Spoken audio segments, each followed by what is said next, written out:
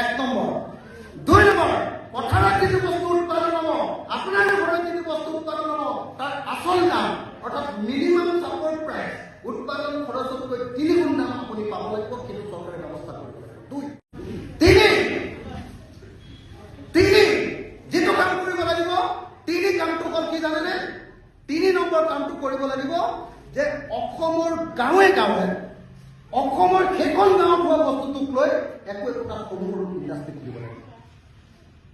Industry বুলি আমাৰ বাইদেউসকলক, আমাৰ পেহীসকলক, আমাৰ নবৌসকলক, আমাৰ খুৰীদেউসকলক, আমাৰ মাসকলক চবকে তাত কাম দিব লাগিব।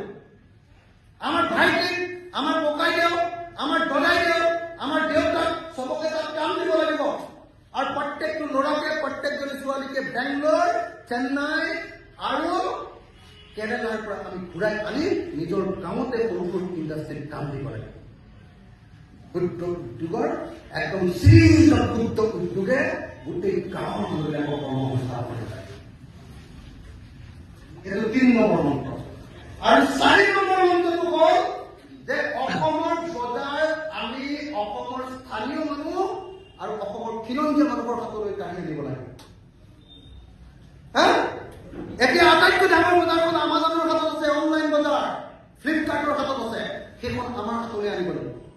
দ্বিতীয় ডাঙৰ বজাৰখন আছে আপোনাৰ ৰিলায়েন্স কেন্দ্ৰকে ধৰি মলবিলাকৰ হাতত, বিশালৰ হাতত, পেণ্টালুনৰ হাতত, সেইখন বজাৰ আমাৰ হাতলৈ আনিব লাগিব।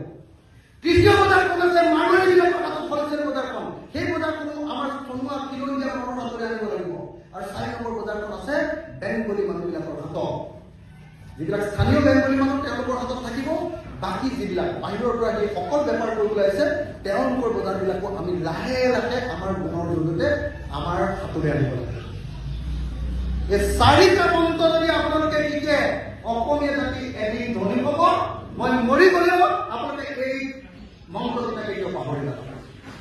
এই মন্ত্ৰকেইটা কৰাৰ বাহিৰে বেলেগ কোনো কাম টাটা কোম্পানী আনি, ৰিলায়েন্স কোম্পানী আনি, আদানী আনি কেতিয়াও হিমন্ত বিশ্ব শৰ্মা বা সৰ্বানন্দ সোণোৱাল বা গৌৰৱ গগৈ বা ভূপেন বৰা বা অন্য কোনোবা তৰুণ গগৈ আমাক অসমীয়া জাতিক ধনী কৰিব নোৱাৰে।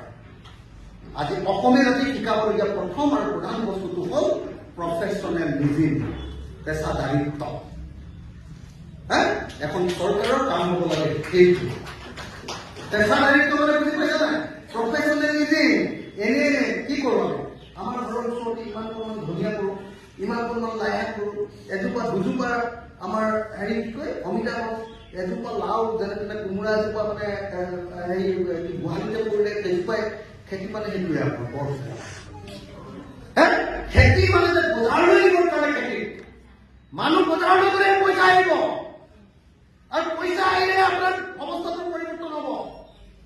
এই যিটো পেছাদাৰিত্ব প্ৰত্যেকখন সময় আপুনি প্ৰফেচনেলি ব্যৱহাৰ কৰিব লাগিব। এই পৰ্যায়ত অসমীয়া শিকিব লাগিব।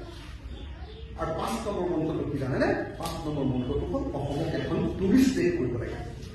যিখিনি মানুহৰ পৰ্যটন যেনেকৈ আমি কাজিৰঙা চাবলৈ যাওঁ নাই, গোৱা